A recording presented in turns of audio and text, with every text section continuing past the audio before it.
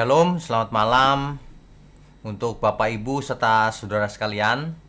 Kita berjumpa lagi di Rabu malam online Bible Study. Masih seri tentang kitab Keluaran. Kita sudah sampai pada topik yang sangat menarik yang seringkali dibuat filmnya, yaitu The Ten Commandments atau 10 firman Tuhan. Sebagian orang menyebutnya 10 perintah Tuhan, 10 hukum Tuhan, dekalog, berbagai macam sebutan. Malam ini kita akan belajar. Untuk itu mari kita tundukkan kepala lebih dahulu. Mari kita berdoa. Bapa di surga, malam ini mohon berkati setiap apa yang kami pelajari, agar semua dari kami, hidup kami diubahkan. Hidup kami memancarkan berkat kemanapun kami pergi, sebab Tuhan menyertai kami. Terima kasih Bapa. Mohon berkati juga channel ini secara khusus, agar semakin banyak orang sadar dan mau belajar. Juga berkati mulut hamba-Mu untuk menyampaikan kebenaran ini. Hanya di dalam nama Tuhan Yesus kami berdoa. Amin. Baik, Bapak Ibu sekalian, malam ini adalah sesi ke-16 Kitab Keluaran dengan topik 10 firman Tuhan. Ya. Perjanjian antara Tuhan dan umat Israel itu terjadinya di Gunung Sinai, Gunung Horeb. Ini di sampingnya ada fotonya. Semuanya batu-batuan, tidak ada tanaman sedikit pun. Jadi kalau Bapak Ibu ada kesempatan ke sana, kalau fisiknya tidak kuat jangan naik. Ya, daripada nanti nggak bisa turun. Ya, apalagi kalau musim dingin. Di Gunung Sinai lah Tuhan memberikan hukum dan peraturan, termasuk 10 firman.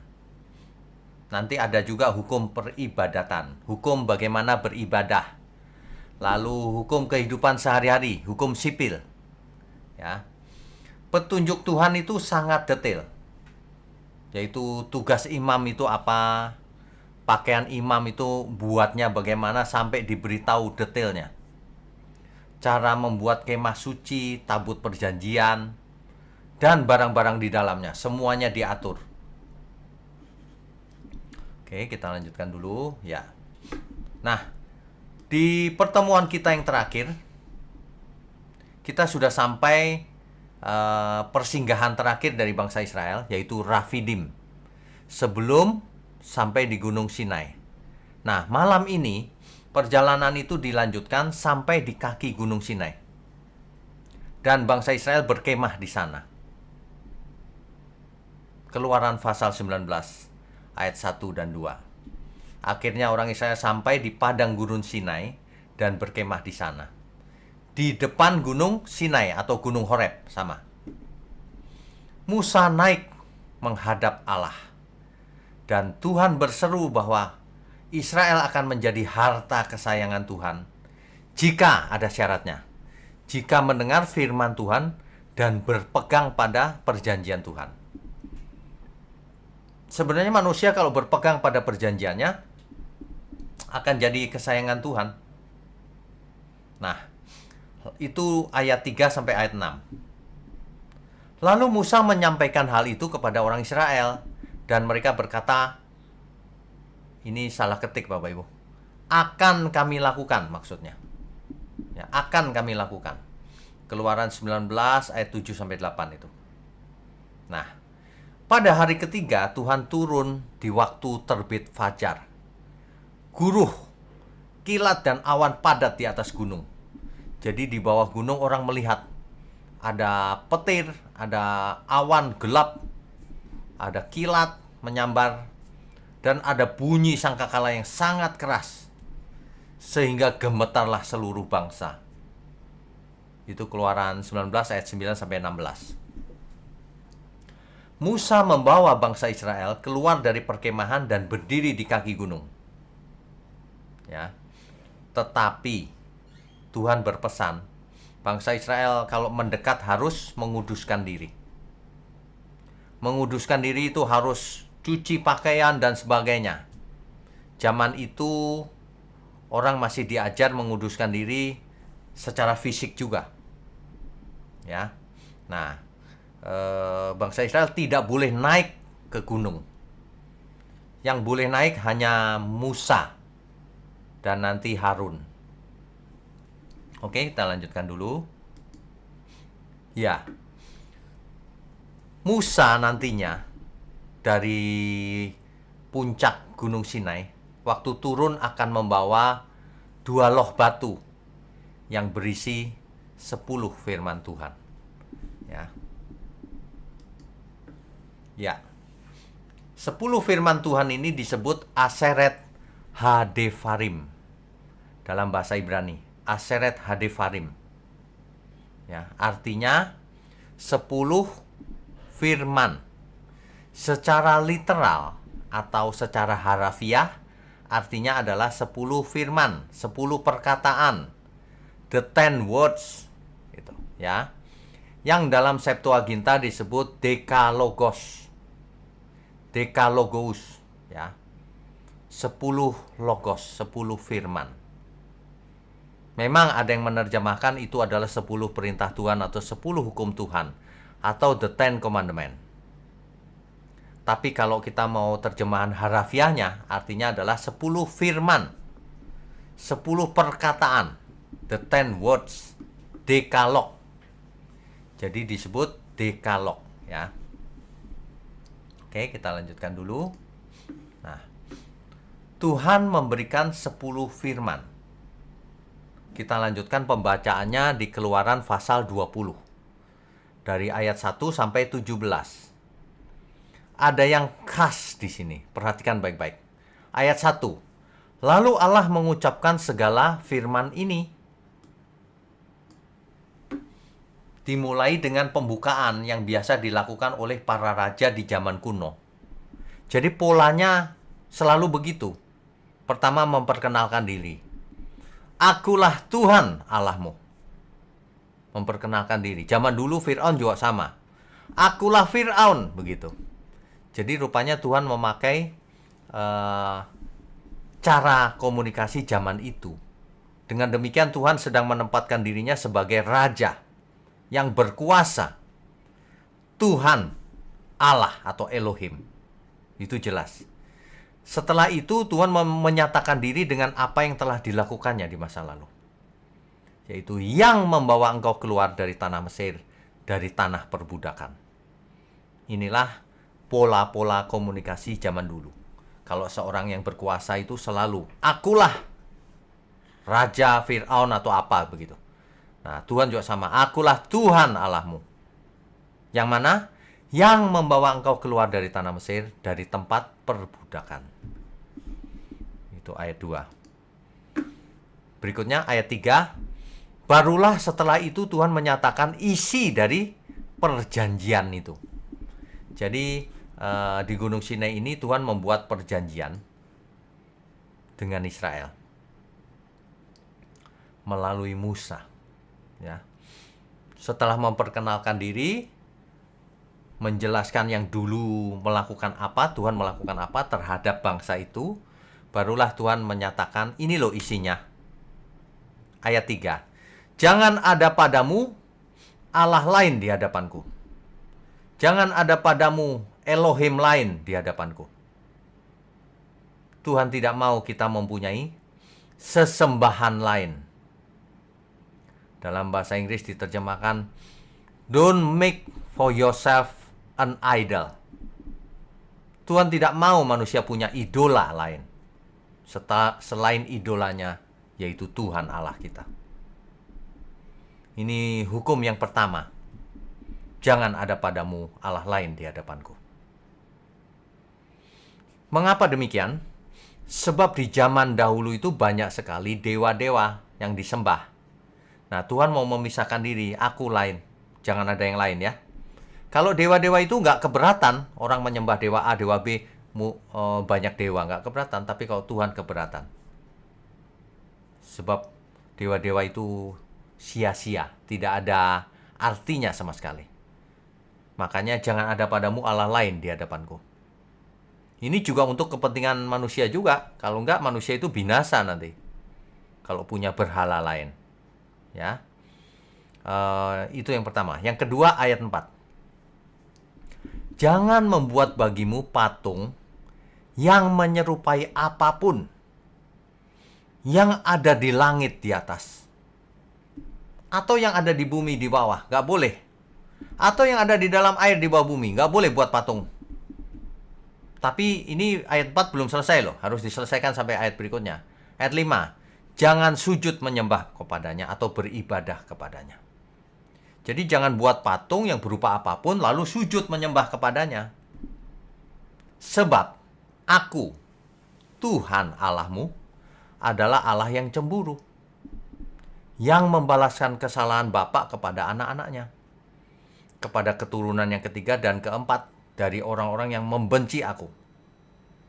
Tetapi aku menunjukkan kasih setia kepada beribu-ribu orang. Yaitu yang mana? Yaitu mereka yang mengasihi aku dan yang berpegang pada perintah-perintahku. Ini perkataan kedua, firman kedua. Ya. Jangan buat patung ya, berupa apapun. Lalu kamu sujud menyembah dia dan berbakti, beribadah kepadanya. Jangan ya. Apapun alasannya. Catatan, Allah Israel adalah Allah yang hidup. Jadi tidak boleh dilambangkan dengan patung. Ingat itu. Masa Allah yang hidup dibuat patungnya? Itu sebenarnya menghina loh. Ya. Makanya dalam Keluaran 34 ayat 17 bunyinya demikian. Janganlah kau buat bagimu Allah tuangan. Kamu bikin menuang patung dan sebagainya lalu kamu sembah-sembah. Ini hukum yang kedua. Kita lanjutkan dulu ya. Yang ketiga, jangan menyebut nama Tuhan Allahmu dengan sembarangan. Sebab Tuhan akan memandang bersalah orang yang menyebut namanya dengan sembarangan. Apa itu menyebut nama Tuhan dengan sembarangan? Menggunakan nama Tuhan. Konteks aslinya adalah jangan sebut nama Tuhan untuk sumpah ya. Nanti kamu sumpah palsu lagi. Kan manusia suka gitu, janji sumpah tapi nggak dipenuhi. Ini konteks aslinya. Tapi bisa juga apa saja menyebut nama Tuhan tapi sembarangan. Ya. Oke, yang berikutnya keempat ya. Firman keempat. Ingatlah dan kuduskanlah hari Sabat. 6 hari lamanya engkau akan bekerja dan melakukan segala pekerjaanmu. Tetapi hari ketujuh adalah hari Sabat Tuhan Allahmu. Maka jangan melakukan suatu pekerjaan. Engkau atau anakmu laki-laki, atau anakmu perempuan, atau hambamu laki-laki, atau hambamu perempuan, atau hewanmu, atau orang asing di tempat kediamanmu. Pokoknya nggak boleh kerja. Itulah sebabnya saya pernah cerita, sekarang pun kalau kita ke Israel sedang hari Sabat, mencet lift saja tidak boleh. Melanggar Sabat katanya mereka. Ayat 11, sebab 6 hari lamanya Tuhan menjadikan langit dan bumi, laut dan segala isinya. Dan ia berhenti pada hari ketujuh. Itulah sebabnya Tuhan memberkati hari Sabat dan menguduskannya. Sabat di zaman Perjanjian Lama itu adalah hari ketujuh. Dimulai pada Jumat jam 6 sore, berakhir Sabtu jam 6 sore. Jadi praktis orang menyebutnya hari Sabat itu Sabtu. Padahal mulainya Jumat sore. Ya, itu Sabat Perjanjian Lama. Oke. Yang kelima. Firman yang kelima, hormatilah ayahmu dan ibumu, supaya lanjut umurmu di tanah yang diberikan Tuhan Allahmu kepadamu. Ya, disuruh menghormati orang tua. Ya, iya, pastilah. Yang keenam, jangan membunuh. Oke. Tapi kalau ini kita explore lebih lanjut ya, sebenarnya yang dimaksud jangan membunuh ini jangan membunuh karena jahat. Ada kasus tertentu boleh membunuh. Tapi kasus sangat khusus. Dan itu tidak boleh diajarkan ke siapapun. Pengertiannya kalau sudah dewasa baru tahu. Membunuh itu tidak boleh. Kecuali ada kasus sangat khusus. Ya. Nah, kemudian jangan berzina. Berzina yang dimaksud adalah orang yang sudah married melakukan hubungan seks dengan orang yang sudah married juga. Tapi bukan pasangannya. Bukan suami atau istrinya. Ini adalah berzina namanya. Kemudian yang ke-8, jangan mencuri. Mencuri jelas ya, mengambil milik orang lain. Yang ke-9, jangan mengucapkan saksi dusta tentang sesamamu. Ini padahal eksplisit dan jelas loh. Tapi banyak orang berdusta hari ini. Berani sama Tuhan. Di internet banyak sekali hoax. Hoax itu adalah berita dusta. Yang ngarang-ngarang hoax itu melanggar langsung firman Tuhan. Ya, gak takut bohong. Yang ke-10, yaitu ayat 17. Jangan mengingini rumah sesamamu. Jangan mengingini istrinya atau hambanya laki-laki. Atau hambanya perempuan. Atau lembunya atau keledainya. Atau apapun yang dipunyai sesamamu. Jangan mengingini milik orang lain. Maksudnya begitu. Ya. 10 firman ini menjadi dasar etika bagi umat Israel, bagi bangsa Israel. Sehingga mereka hidupnya mulai belajar. Ketika di Mesir menjadi budak, sekarang dididik dengan 10 firman di Gunung Sinai. Mereka menunggu di kaki Gunung Sinai. Ya. Oke, kita lanjutkan. Ya. Di dalam kitab Ulangan, tadi kan kitab Keluaran ya. Di kitab Ulangan 5 ayat 1 sampai 22, bisa dibaca nanti. Itu adalah tulisan Ulangan yang tadi, 10 firman. Tapi yang saya mau garis bawahi adalah ayat pertama. Musa memanggil seluruh orang Israel berkumpul dan berkata kepada mereka, dengarlah hai orang Israel, ketetapan dan peraturan yang pada hari ini kuperdengarkan kepadamu, supaya kamu mempelajarinya dan melakukannya dengan setia. Harus belajar supaya mengerti, baru melakukan dengan setia. Ya. Ayat 2, Tuhan Allah kita telah mengikat perjanjian dengan kita di Horeb. Jadi sebenarnya dengan memberikan firman itu, Tuhan Allah kita itu membuat ikatan perjanjian dengan Israel. Di kaki gunung Horeb, di kaki gunung Sinai. Ya. Nah, yang ayat 3, bukan dengan nenek moyang kita Tuhan mengikat perjanjian itu. Bukan dengan nenek moyang loh, perjanjian yang ini. Kalau dengan Abraham dulu kan perjanjian sunat. Perjanjian bahwa melalui Abraham akan punya menjadi bapak bangsa yang besar. Melalui keturunan Abraham akan lahir Mesias, berkat bagi semua umat manusia di bumi, ya kan? Tapi yang perjanjian ini, yang di Sinai ini khas untuk Israel. Jadi bukan untuk nenek moyang, tetapi dengan kita. Kitanya di situ adalah orang Israel zamannya Musa. Kita yang ada di sini pada hari ini, kita semuanya yang masih hidup.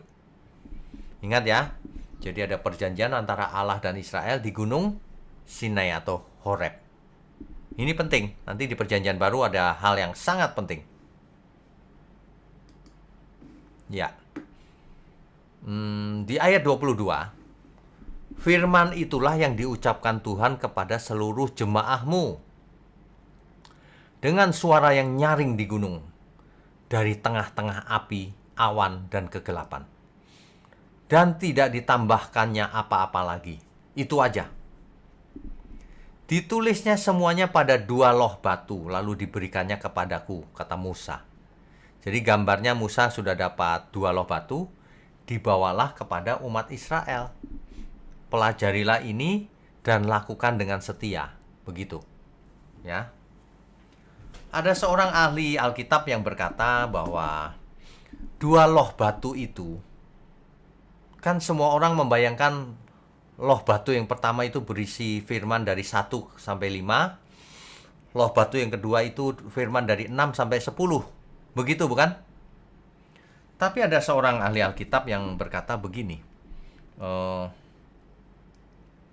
Itu yang ngarang yang menulis buku Unlocking the Bible, David Poson, ya. Dia menulis bukunya, dia berkata begini, itu bukan 1 sampai 5 dan 6 sampai 10, tapi 2 loh batu itu berisi yang sama, 1 sampai 10 masing-masing. Perjanjian itu selalu dibuat rangkap 2. Menurut dia. Apa artinya? 1 untuk manusia, 1 untuk Tuhan. Lambang. Tuhan pasti setia. Manusianya apakah setia atau tidak? Begitu ya, Bapak Ibu. Kita lanjutkan dulu. Ya. Jadi 10 firman tadi itu oleh para rabi dijabarkan menjadi 613 perintah, atau bahasa Ibrani-nya mitzvot, perintah 613. Pusing kali ya, 613 banyak sekali, berbeban berat. Ya, itulah yang ditanyakan oleh orang Farisi dan ahli Taurat kepada Tuhan Yesus. Intinya apa Tuhan? Banyak sekali nih. Tuhan meringkasnya menjadi 2 yang sangat praktis, konkret. Yaitu kasihlah Tuhan Allahmu dengan segenap semua yang ada padamu. Dan kasihlah sesamamu seperti mengasihi diri sendiri. Dalam 2 hukum inilah tergantung seluruh kitab Taurat dan kitab para nabi. Jadi gampang kalau cuma 2. 10 itu kalau diringkas menjadi 2 juga. Mengasihi Tuhan dan mengasihi sesama. 613 perintah atau mitzvot itu kalau diperhatikan pasti masuk ke kategori 10 firman tadi. Dan 10 firman tadi pasti masuk ke 2 perintah yang Tuhan Yesus, 2 hukum yang terutama yang Tuhan Yesus ajarkan. Mengerti ya maksudnya ya? Oke, kita lanjutkan dulu. Ya. Sekarang kita melihat bagaimana posisi 10 firman ini dan perjanjian baru. Kita baca kitab Yeremia dulu. Yeremia 31 ayat 31 sampai 33. Ini jarang dibaca orang, padahal ini intinya. Sesungguhnya akan datang waktunya, demikianlah firman Tuhan, aku akan mengadakan perjanjian baru dengan kaum Israel dan kaum Yehuda. Bukan seperti perjanjian yang telah kuadakan dengan nenek moyang mereka pada waktu aku memegang tangan mereka untuk membawa mereka keluar dari tanah Mesir. Bukan waktu itu. Perjanjianku itu telah mereka ingkari, meskipun aku menjadi Tuhan yang berkuasa atas mereka. Demikianlah firman Tuhan. Jadi, Tuhan akan buat perjanjian yang baru lagi. Bukan seperti perjanjian yang di Sinai. Itu maksudnya. Ayat 33. Tetapi beginilah perjanjian yang kuadakan dengan kaum Israel sesudah waktu itu. Waktu itu yang mana? Sesudah Sinai. Sesudah perjanjian di Sinai. Demikianlah firman Tuhan. Aku akan menaruh Tauratku dalam batin mereka dan menuliskannya dalam hati mereka. Maka aku akan menjadi Allah mereka dan mereka akan menjadi umatku. Beda ya. Dulu di Sinai Tuhan menulisnya di 2 loh batu. Nanti perjanjian yang baru itu Tuhan akan menulis Taurat itu di batin manusia. Di 2 loh hati manusia. di hati manusia. Dan ini berbeda jauh. Ya. Rupanya firman yang disampaikan itu progresif. Ya. Firman yang disampaikan itu progresif. Jadi kalau dulu begitu, sekarang makin maju, makin dalam. Begitu kira-kira ya. Kita lanjutkan dulu. Nubuatan Nabi Yeremia inilah yang ditulis oleh penulis kitab Ibrani. Ibrani 8 ayat 9 sampai 10. Diulang lagi. Bukan seperti perjanjian yang telah kuadakan dengan nenek moyang mereka. Itu maksudnya di Sinai. Pada waktu aku memegang tangan mereka untuk membawa mereka keluar dari tanah Mesir. Sebab mereka tidak setia kepada perjanjianku dan aku menolak mereka. Demikian firman Tuhan. Diulang nih, maka inilah perjanjian yang kuadakan dengan kaum Israel sesudah waktu itu. Nah, sesudah perjanjian Sinai itu. Demikianlah firman Tuhan.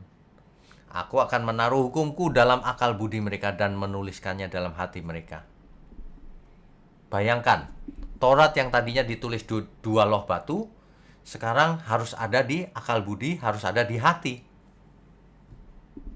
Kalau dulu di dua loh batu menjadi 613 perintah yang sampai sekarang masih berlaku di agama Yahudi. Ya. Makanya mereka sangat liturgis. Harus begini, harus begitu, pakaiannya harus begini. Semuanya diatur. Tapi yang Tuhan inginkan adalah Taurat itu bukan begitu. Taurat itu masuk ke dalam hidup kita, akal budi dan hati. Jadi manusianya tidak liturgis, tidak agamawi. Itulah manusia Allah, man of God, yang segala tindakannya sesuai dengan pikiran perasaan Tuhan, sesuai dengan hukum Tuhan, mengerti, cerdas, tidak usah mengikuti perintah yang begitu detail, yang menyulitkan. Ya. Ibrani 10 ayat 16 sama, diulang lagi. Jadi firman itu progresif Bapak Ibu. Jangan pernah berhenti. Terus sampai seluruh Alkitab, barulah kita mengerti. Yang paling akhir yang mana nih yang berlaku, yang sudah tidak berlaku yang mana gitu ya. Oke. Jadi kita bicara soal status hukum Taurat sekarang. 10 firman tadi adalah sebagian dari Taurat. Tapi sebagian orang yang ada yang menyebutnya itu Taurat gitu. Padahal itu sebagian dari Taurat. Ya. Oke, nggak apa-apa. Efesus 2 ayat 15. Sebab dengan matinya sebagai manusia, sebab dengan kematian Tuhan Yesus maksudnya, Ia telah membatalkan hukum Taurat dengan segala perintah dan ketentuannya. Dengan matinya Tuhan Yesus di kayu salib, maka seluruh hukum Taurat dibatalkan. Mengapa? Untuk menciptakan keduanya menjadi satu manusia baru di dalam dirinya. Dan dengan itu mengadakan damai sejahtera. Ini maksudnya begini loh Bapak Ibu. Hukum Taurat itu menyebabkan orang di luar Yahudi dianggap kafir. Sehingga nggak bisa jadi satu. Yahudi dan non-Yahudi. Yahudi punya Taurat, non-Yahudi nggak punya. Nah, dengan matinya Tuhan Yesus sebagai manusia, Ia sudah membatalkan hukum Taurat, sehingga mau Yahudi mau non-Yahudi bisa menjadi satu. Keselamatan terbuka untuk semua orang. Begitu ceritanya ya. Hukum Taurat dibatalkan, ingat, menurut Efesus 2 ayat 15. Saya kalau bicara begini pasti banyak orang nggak setuju. Orang-orang itu tidak mau belajar Alkitab. Tidak mau belajar Alkitab. Ayat yang sudah eksplisit pun dilawan sama mereka. Udah sering saya hadapin orang seperti itu. Kalau orang seperti itu ya sudah, saya nggak mau diskusi. Ayat Alkitab itu tidak boleh diabaikan apapun bunyinya. Kecuali kemudian ada yang lebih baru dan diganti. Ini dengan matinya Tuhan Yesus sebagai manusia, batal semuanya. Nah, tetapi Roma 3 ayat 31. Penulisnya sama loh, Rasul Paulus juga, Efesus maupun Roma. Jika demikian, adakah kami membatalkan hukum Taurat karena iman? Sama sekali tidak, kata Rasul Paulus menulis ini. Sebaliknya kami meneguhkannya. Bingung nggak Bapak Ibu? Rasanya sudah kita pernah bahas ya. Rasul Paulus menulis, dengan matinya Tuhan Yesus sebagai manusia, hukum Taurat dibatalkan dengan seluruh peraturannya. Tapi terhadap jemaat di Roma, ya bicara lain lagi, kami meneguhkannya. Rasul Paulus tidak mungkin pelin-pelan. Pasti ada maksud apa ini? Kalau orang belajar Alkitab harus begitu loh, kok beda? Mesti dicari maksudnya apa. Bukan gini, enggak, diteguhkan. Yang satu ngotot lagi, enggak, dibatalkan, ribut. Enggak, pokoknya diteguhkan nih ayatnya. Yang satu lagi, enggak, itu ayatnya dibatalkan. Enggak ketemu akhirnya. Itulah yang terjadi dengan perdebatan di sosial media. Saya perhatikan begitu. Banyak orang tuh nggak bisa debat. Kalau debat mau menang sendiri. Kalau sudah kalah, diem aja, nggak ngomong apa-apa. Kan mestinya, ya, you benar. Kan begitu mestinya, kalau memang gentle ya. Banyak orang nggak gentle. Kalau kalah, terus diem-diem pergi. Ya, udah gitu mengunggulkan satu ayat, mengabaikan yang lain. Salah itu pasti. Nggak boleh kita mengabaikan ayat-ayat Alkitab. Jadi apa yang dibatalkan, apa yang diteguhkan. Nah, begitu loh mestinya bertanya itu. Kita baca Galatia 5 ayat 18. Akan tetapi jikalau kamu memberi dirimu dipimpin oleh Roh, kalau kamu dipimpin oleh Roh, maka kamu tidak hidup lagi di bawah hukum Taurat. Artinya menjadi cerdas, akal budinya, hatinya ada hukum Tuhan. Jadi tidak hidup di bawah Taurat lagi, tapi sudah mengerti pikiran perasaan Tuhan. Man of God tadi, ya. Yang dibatalkan apa? Yang dibatalkan peraturan-peraturan yang banyak tadi. Ya. Tetapi 10 firman intinya tidak pernah batal. Intinya yang mana? Yang 2 tadi. Kasih terhadap Allah atau Tuhan dan kasih terhadap sesama. Kalau inti hukum Taurat tidak pernah batal. Hukum Taurat bisa dikatakan dibatalkan, tapi ada Taurat yang disempurnakan. Jadi Tuhan nggak membatalkan sebenarnya, cuman bisa juga disempurnakan. Atau yang ini dibatalkan, ada yang baru tapi mengandung Taurat yang sebenarnya. Bisa juga begitu. Jelas ya maksudnya ya. Jadi apa yang dibatalkan? Seluruh peraturan 613 itu nggak usah deh nyusahin. Kalau Sabat nggak boleh masak, nggak boleh ini, nggak boleh itu dibatalkan saja. Dan beberapa hal lain. Tapi diteguhkan, apanya yang diteguhkan? Inti hukum Taurat diteguhkan. Tuhan tidak pernah tidak pernah merasa kalau Taurat dibatalkan lalu mengajar, kalau Taurat dibatalkan lalu boleh suka-suka sendiri. Banyak orang itu nalarnya tidak dipakai untuk mengerti Alkitab. Kalau saya berkata dibatalkan, lalu mereka ngomongnya begini, kalau gitu boleh dong mencuri, berzina dan sebagainya. Memang pikirannya kotor sih. Kalau Taurat dibatalkan, diganti yang lebih sempurna, yang lebih berat. Kok malah membunuh boleh dan sebagainya. Itu aneh orang-orang itu memang. Ini dia. Ya. Tuhan Yesus menyempurnakan Taurat yang semangatnya agamawi. Kan itu agamawi banget itu. Jubah imam harus begini, begitu.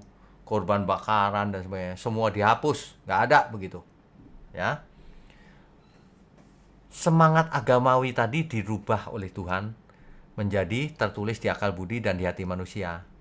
Inilah perjanjian yang baru itu. Kalau Taurat itu perjanjian yang di Sinai. Kalau perjanjian yang baru, orang percaya akan menjadi anak-anak Allah, man of God. Jelas ya? Oke, kita lanjutkan dulu. Ya, ini sebenarnya bahannya banyak Bapak Ibu. Gak apa-apa deh ya. Jadi 10 firman ini oleh Tuhan Yesus juga diajarkan. Bukan berarti batal tuh terus nggak diajarkan lagi. Bukan, disempurnakan. Yang lama disempurnakan. Diganti yang baru. Gitu loh maksudnya. Contohnya ini. Jangan ada padamu Allah lain di hadapanku. Di Matius 4 ayat 10 Tuhan mengajar begini. Engkau harus menyembah Tuhan Allahmu dan hanya kepada Dia sajalah engkau berbakti. Hanya kepada Dia saja. Nah, ini sama. Tuhan mengajarkan yang sama dengan kalimat yang berbeda. Ya. Yang kedua, Keluaran 20 ayat 4 sampai 5. Jangan membuat bagimu patung yang menyerupai apapun dan seterusnya. Nah, di Lukas 16 ayat 13, seorang hamba tidak dapat mengabdi kepada dua tuan. Nggak bisa. Jadi hanya Allah saja. Itu ya. Oke, yang ketiga, jangan menyebut nama Tuhan Allahmu dengan sembarangan. Dan seterusnya. Itu di Matius 5 ayat 34. Tetapi aku berkata kepadamu, janganlah sekali-kali bersumpah. Kalau bersumpah nama Tuhan kan? Jangan. Baik demi langit, karena langit adalah tahta Allah dan seterusnya. Nggak boleh bersumpah. Supaya tidak menyebut nama Tuhan dengan sia-sia. Begitu ya. Meskipun hal ini bisa ditafsir lebih jauh lagi. Menyebut nama Tuhan, tafsirnya tidak hanya dengan mulut, dengan perbuatan. Kemanapun kita pergi, kita membawa nama Tuhan. Ya, oke. Yang berikutnya, ingatlah dan kuduskanlah hari Sabat. Tapi ada kejadian di Matius 2 ayat 27 sampai 28. Kata Yesus kepada mereka, hari Sabat diadakan untuk manusia dan bukan manusia untuk hari Sabat. Jadi anak manusia adalah juga Tuhan atas hari Sabat. Orang-orang Yahudi zaman itu sudah melenceng. Hari Sabat seolah-olah menjadi Tuhan. Orang takut di hari Sabat, diancam hukuman ini itu, aturannya ketat dan sebagainya. Padahal hukum itu untuk manusia, bukan manusia untuk hukum, jangan dibalik. Ya. Nah, makanya Tuhan mengatakan anak manusia Tuhan bagi atas hari Sabat. Jadi dirubah oleh Tuhan.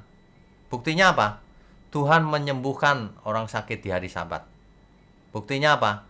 Kalau pekerjaan-pekerjaan tetap dilakukan, memetik gandum dan sebagainya. Ya. Berubah nggak itu? Berubah. Kalau kita ikutin 613 mitzvot, nggak boleh itu. Tapi Tuhan melakukan itu, memberi contoh. Sabat diadakan buat apa? Untuk manusia. Jangan dibalik, manusianya harus tunduk pada Sabat. Itu semangat yang salah, roh yang salah itu. Ya, oke. Keluaran 20 ayat 12. Hormatilah ayah dan ibumu supaya lanjut umurmu di tanah yang diberikan Tuhan Allahmu kepadamu. Tapi Tuhan, ini agak berbeda nih. Perintah itu untuk menghormati ayah ibu. Tapi Tuhan malah menekankan, barang siapa mengasihi bapa dan ibunya lebih daripadaku, ia tidak layak bagiku. Memang disuruh menghormati ayah ibu, tapi Tuhan mendudukkan perkaranya dengan benar. Harus mengasihi bapa, harus mengasihi Tuhan, melebihi semua yang ada di dunia ini. Jadi disempurnakan hukumnya. Ya. Oke, berikutnya. Yang keenam, jangan membunuh. Tuhan membuat peraturan yang jauh lebih sempurna. Matius 5 ayat 22. Tetapi aku berkata kepadamu, setiap orang yang marah terhadap saudaranya harus dihukum. Siapa yang berkata kepada saudaranya kafir harus dihadapkan ke mahkamah agama. Dan siapa yang berkata jahil harus diserahkan ke dalam neraka yang menyala-nyala. Ada ayat lain banyak, ini cuma contoh. Ada ayat yang berkata begini, kalau engkau membenci saudaramu, kamu seorang pembunuh. Sudah dianggap membunuh. Benci aja sudah dianggap membunuh. Ya. Yang berikutnya, jangan berzinah. Tuhan memberikan hukum yang jauh lebih sempurna. Setiap orang yang memandang perempuan serta mengingininya. Ini kalimat diperhalus nih Bapak Ibu. Harusnya begini, setiap orang yang memandang perempuan dengan nafsu, birahi, maka ia sudah berzina dengan dia dalam hatinya. Jadi berzina tidak hanya hubungan seks secara harafiah. Dalam pikiran saja sudah dianggap berzina. Jadi jauh lebih sempurna. Ini soal karakter, bukan soal hanya perbuatan. Sebab kalau dosa pikiran zaman dulu tidak kena hukum. Nggak bisa dihakimi, nggak bisa diadili. Tapi sekarang Tuhanlah hakimnya. Makanya Tuhan tahu, dalam pikiran pun kalau dosa kelihatan. Tidak ada yang tersembunyi bagi Tuhan. Ya. Yang berikutnya, jangan mencuri. Di Matius 5 ayat 40 Tuhan Yesus berkata begini. Dan kepada orang yang hendak mengadukan engkau karena mengingini bajumu, serahkanlah juga bajumu. Kalau ada orang yang mengingini sesuatu dari kita, kasih dia. Beda ya. Nah, jangan mengucapkan saksi dusta tentang sesamamu. Tuhan Yesus mengajar begini di Matius 12 ayat 36. Tetapi aku berkata kepadamu, setiap kata sia-sia yang diucapkan orang harus dipertanggungjawabkannya pada hari penghakiman. Saya mau ingatkan semua kita yang mendengar, hari ini banyak orang berkata-kata sembarangan, ngatain orang sesat, maki-maki orang, dan sebagainya. Nanti itu harus dipertanggungjawabkan di mana? Di penghakiman. Orang itu kalau nggak benar itu ya, sudah tua masih nggak benar. Udah teologi sekolahnya masih nggak benar juga. Kelihatan ngomongnya itu. Curang, sombong, curang lagi. Terus kalau kalah nggak mau ngomong, iya, aku salah. Pura-pura nggak tahu. Ini sifat-sifat yang harus dipertanggungjawabkan nanti di hari penghakiman. Ya. Yang terakhir, jangan mengingini rumah sesamamu, mengingini istrinya, hambanya laki-laki, hambanya perempuan, dan lembunya atau keledainya atau apapun yang dipunyai sesamamu. Maksudnya jangan mengingini. Ya. Di Lukas 12 ayat 15 Tuhan Yesus mengingatkan, berjaga-jagalah dan waspadalah terhadap segala ketamakan. Banyak orang mengingini sesamanya itu tamak ujungnya. Tamak, serakah. Ya. Oke, kita lanjutkan dulu ya. Ya. Sebenarnya kalau kita perhatikan ini penyempurnaan. Taurat, hukum yang lama dibatalkan, diganti dengan hukum yang baru. Intinya sama, tapi lebih dalam. Coba contohnya ini. Jangan ada Allah lain di hadapanku. Hari ini yang dimaksud Allah atau sesembahan tidak hanya dewa-dewa, tapi segala sesuatu yang dipuja melebihi Tuhan. Itu Allah lain, idola lain itu. Ya, segala sesuatu loh. Bahkan tidak harus berupa patung. Berhala bisa berupa apa saja, termasuk yang tidak kelihatan. Kalau dulunya jangan berbakti dan menyembah patung, sekarang bukan hanya patung, segala keinginan yang diprioritaskan melebihi Tuhan. Ya.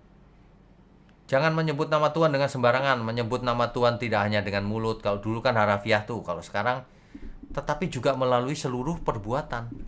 Jadilah saksiku sampai ke ujung bumi, itu maksudnya. Kuduskanlah hari Sabat. Kalau di Perjanjian Baru, gereja mula-mula sampai hari ini mengadakan kebaktian di hari Minggu. Mengapa? Di Minggu itu Tuhan bangkit, hari kemenangan. Jadi Sabat Perjanjian Lama, Sabat gereja di hari Minggu. Ya, kebaktiannya di hari Minggu. Hari itu para rasul di hari Sabat tetap datang ke banyak orang, ke sinagog dan sebagainya. Mengapa? Mereka mau memberitakan Injil. Itu. Tapi kalau di antara Kristen yang berkumpul memecah-mecahkan roti, perjamuan kudus, itu di hari Minggu. Itu ibadah hari Minggu. Ya. Kalau Sabtu ibadahnya orang Yahudi. Ya. Nah, jadi tapi ibadah yang sebenarnya tidak hanya hari Minggu atau hari Sabtu. Kuduslah kamu sebab aku kudus. Itu untuk hari apa? Hari Sabat? Tidak, seluruh hari. Itulah sebabnya setiap hari adalah harinya Tuhan. Jadi harus hidup kudus setiap hari. Masa hidup kudusnya cuma hari Sabat? Hari lain berbuat dosa? Masa kalau hari Sabat lebih kudus dari biasanya karena dianggap istimewa? Tidak. Semua hari sama di hadapan Tuhan. Setiap hari harus hidup kudus. Itulah perjanjian yang baru. Lebih sempurna. Kalau dulu hanya hari Sabat, sekarang setiap hari adalah harinya Tuhan. Amin ya. Saya tahu ada banyak orang yang tidak setuju. Maunya tetap hari Sabatnya Sabtu. Itu bukan Kristen berarti. Ikut aja Yahudi sama. Ya. Oke. Hormatilah ayahmu dan ibumu. Ya, tentu sama dong. Hormati, kasihi mereka. Nah, jangan membunuh. Hari ini membenci saudara saja sudah dianggap membunuh oleh Tuhan. Jangan berzina. Nah, ini tadi sudah saya bahas. Memandang perempuan saja lalu tergerak nafsunya, syahwatnya, maka dianggap berzina sudah. Jangan mencuri. Mencuri kalau zaman dulu mencuri sesuatu yang kelihatan. Hari ini termasuk yang tidak kelihatan.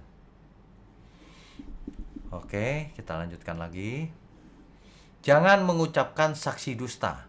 Kalau sekarang, katakan ya kalau iya, kalau enggak. Udah, begitu aja. Jangan berdusta. Ya. Jangan mengingini milik sesamamu. Ya, tentu saja nggak boleh mengingini. Hari ini bahkan kita harus melepaskan semua milik kita. Kalau mau jadi murid Tuhan Yesus. Ya. Penyempurnaan hukum Taurat ini kelihatan. Misalnya soal sunat fisik. Sekarang sudah tidak berlaku. Makanya Taurat dibatalkan. Masih ada yang mengutamakan sunat fisik? Nggak ada. Alkitab berkata yang penting sunat Kristus atau sunat hati. Yaitu mengenakan manusia baru, melepaskan manusia lama. Dulu korban bakaran diulang-ulang terus.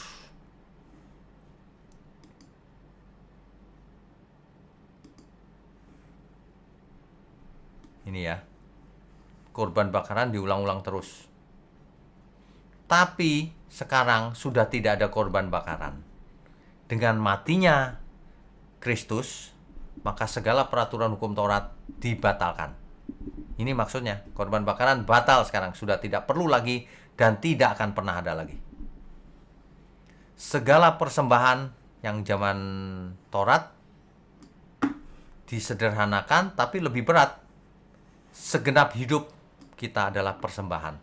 Itulah ibadah yang sejati. Bayangkan. Jadi sebenarnya bukan dibatalkan, tapi disempurnakan. Yang lama diganti yang baru, tapi lebih dalam disempurnakan. Dulu bait Allahnya secara fisik, bait Allah yang di Yerusalem. Hari ini bait Allahnya adalah tubuh kita. Ya, beda kan? Beda, disempurnakan. Dulu ada imam besar. Hari ini imam besarnya cuma Tuhan Yesus satu-satunya. Dahulu orang di luar bait Allah adalah bukan imam. Sekarang semua kita adalah imamat-imamat yang rajani. Dulu ibadah itu ritual di bait Allah atau di sinagog. Sekarang seluruh kegiatan hidup kita adalah ibadah. Segala sesuatu lakukan untuk Tuhan. Nah, itu ibadah namanya. Dahulu sakramen Paskah Perjanjian Lama. Sekarang perjamuan kudus, beda. Sekarang kita melakukan perjamuan kudus untuk mengingat akan apa yang dilakukan oleh Tuhan. Dahulu tujuannya negeri yang penuh madu dan susunya. Sekarang negeri di mana terdapat kebenaran, yaitu langit yang baru dan bumi yang baru. Dahulu Taurat ditawarkan hanya kepada orang Israel, tapi sekarang Taurat ditaruh di akal budi, ditawarkan kepada semua orang, Yahudi maupun non-Yahudi. Itu sebabnya ayat yang kita baca tadi, keduanya menjadi satu. Itu maksudnya. Ya. Oke. Dahulu hukumnya mata ganti mata, gigi ganti gigi. Di beberapa negara hukum itu masih berlaku. Jadi kalau orang mencuri, tangannya dipotong, Bapak Ibu. Wah, mengerikan. tangan dipotong. Aduh. Tapi perjanjian yang baru, jangan melawan orang yang berbuat jahat kepadamu. Jangan membalas sama sekali. Kasihlah sesamamu manusia dan bencilah musuhmu, itu dulu. Tapi disempurnakan Tuhan. Gak berlaku itu. Yang berlaku adalah kasihlah musuhmu dan berdoalah bagi mereka yang menganiaya kamu. Dahulu mengampuni maksimum 3 kali. Sekarang 7 kali, 70 kali. Artinya tidak ada batas itu. Ya. Jadi kita sudah membahas 2 loh batu. Ya. Pertemuan kita yang mendatang adalah patung anak lembu emas. Itu adalah untuk pertemuan Rabu mendatang. Bapak Ibu sekalian, kita kalau belajar itu harus alkitabiah, artinya nggak boleh berhenti di perjanjian lama saja, harus terus. 10 perintah ini masih berlaku nggak ya? Oh masih, tentu saja masih. Tetapi tidak harafiah seperti zaman dulu. Artinya sudah diberi arti baru oleh Tuhan Yesus. Ya, diberikan yang lebih dalam. Kalau dulu membunuh itu membunuh fisik, menghilangkan nyawa seseorang, sekarang kalau kamu benci saja sudah dianggap membunuh oleh Tuhan. Itu sekaligus memagari supaya manusia tidak sampai membunuh, membenci aja nggak boleh gitu loh. Jadi jauh lebih sempurna. Jadi yang lama dibatalkan tuh diganti yang baru tapi lebih sempurna. Taurat Tuhan. Jelas ya maksudnya ya. Sabat Pak, di perjanjian lama. Iya, tapi di perjanjian baru, sabatnya adalah Tuhan Yesus sendiri. Kalau kita belajar kepadanya, maka kita akan beroleh istirahat, sabaton, sabat, anapauso, rest. Ya. Alkitab jelas menulis. Sebab semua itu hanya bayangan yang akan terjadi. Sedang wujudnya adalah Kristus. Hari raya, bulan baru, hari Sabat, itu bayangan. Wujud aslinya adalah Kristus. Jadi kita sekarang memiliki Kristus. Sabat kita setiap hari adalah Sabat. Kuduskan hari Tuhan yang setiap hari itu. Banyak orang nggak setuju. Ya tapi tetap harus ada istimewa Pak. Tidak ada. Semua hari istimewa. Itu kalau perjanjian baru. Kalau perjanjian lama betul. Hari Sabtu istimewanya. Kalau perjanjian baru itu setiap hari istimewa. Setiap hari adalah harinya Tuhan. Bagi yang nggak setuju ya sudah nggak usah dengar ajaran ini. Belajarlah sama perjanjian lama terus sana. Tuhan sudah datang memberikan ajaran yang benar, kamu nggak mau ikut. Ya. Segala sesuatu itu harus alkitabiah, jangan pilih-pilih ayat, apalagi cuma perjanjian lama. Karena banyak perjanjian, banyak hukum atau perintah atau aturan itu diperbaharui di perjanjian baru. Sebagian dihapus, sebagian disempurnakan. Yang dihapus contohnya sunat, korban bakaran. Dihapus itu, nggak ada lagi. Sebagian besar disempurnakan. Jadi dengan demikian di perjanjian baru ini, Taurat Tuhan yang dulunya ada di 2 loh batu, sekarang ditaruh di akal budi kita, ditaruh di hati kita. Itu dibahasakan oleh Rasul Paulus, kenakanlah pikiran dan perasaan Kristus. Itu. Ada amin ya Bapak Ibu sekalian. Bagi Amin. Bapak Ibu yang ingin bertanya, silakan nyalakan kamera dan aktifkan icon share-nya.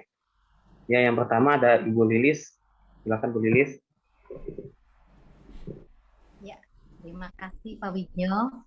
Ya. Pak Samud, ini Pak, di dalam Ulangan 5:22b itu dikatakan ditulisnya semuanya pada 2 loh batu lalu diberikannya kepadaku. Nah, Nah, ini kan berarti ditulisnya Tuhan, semuanya dalam dua loh batu, lalu diberikan Tuhan kepadaku. Ini kata Musa. Dan saya lihat ada juga referensinya di Keluaran 32 ayat 16, dan ini lebih spesifik lagi, Pak. Kedua loh itu ialah pekerjaan Allah, dan tulisan itu ialah tulisan Allah ditukik pada loh batu itu. Pertanyaannya, apakah itu maksudnya tulisan Allah secara harafiah atau bagaimana, Pak? Terima kasih. Oke, baik. Saya mau bacakan Keluaran 31 ayat 18. Keluaran 31 ayat 18. Dan Tuhan memberikan kepada Musa, setelah ia selesai berbicara dengan dia di Gunung Sinai, kedua loh hukum Allah, loh batu, yang ditulisi oleh jari Allah. Artinya yang menulis adalah Allah sendiri. Oh, Dengan jari itu bahasa figuratif. ya. Bagaimana caranya kita tidak tahu. Tapi yang jelas Allah yang menulis. Wah, luar biasa. Ya. Ya, terima kasih banyak Pak Wignyo. Oke, Tuhan berkati. Ada lagi silakan. Ya, yang kedua untuk Bapak Hari. Pak Hari, silakan Pak. Ya, malam Pak. Selamat malam. Ya, kebetulan aku juga lagi baca Alkitab juga sampai ulangan ya Ya, tentang 10 hukum Allah. ya, Eh, Kalau baca-baca Alkitab Perjanjian Lama itu ya, kadang-kadang gimana caranya ya supaya kita tuh nggak jadi takut sendiri, nggak jadi itu ya peristiwa Israel kalau menduduki suatu bangsa itu harus dibasmi sampai anak-anak, sampai wanita, sampai semuanya harus dibasmi. Apa itu nggak sama aja dengan kayak Taliban, kayak ISIS sekarang itu ya? Itu baik, jadi gimana pertanyaannya jelas. caranya supaya kita nggak hati kita nggak takut sendiri gitu. Ya, Terima ya, kasih. mengerti. Begini, seperti suku Amalek misalnya, kan lenyap dari muka bumi, Pak. Nah, tapi itu rencana Tuhan. Kalau Tuhan yang memerintahkan, itu harus dilakukan. Mengapa? Karena Tuhan itu berdaulat, adil, jadi dia tahu persis setiap keputusannya sempurna, maha sempurna juga. Artinya apa kalau suku Amalek itu dimusnahkan Tuhan? Artinya di antara suku Amalek itu tidak ada orang baik sedikit pun, tidak ada yang bisa dididik. Sebab Tuhan tidak mungkin tidak adil. Nah, jadi kita berserah sama Tuhan. Kalau itu perintah Tuhan, ya nggak masalah.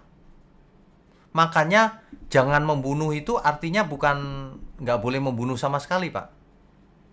Kalau Tuhan yang suruh, ya harus dilakukan. Nah, masalahnya... Kalau kayak ISIS begitu, kan disuruh Tuhan. Enggak, dia nggak disuruh Tuhan, Pak. Dia nggak disuruh Tuhan.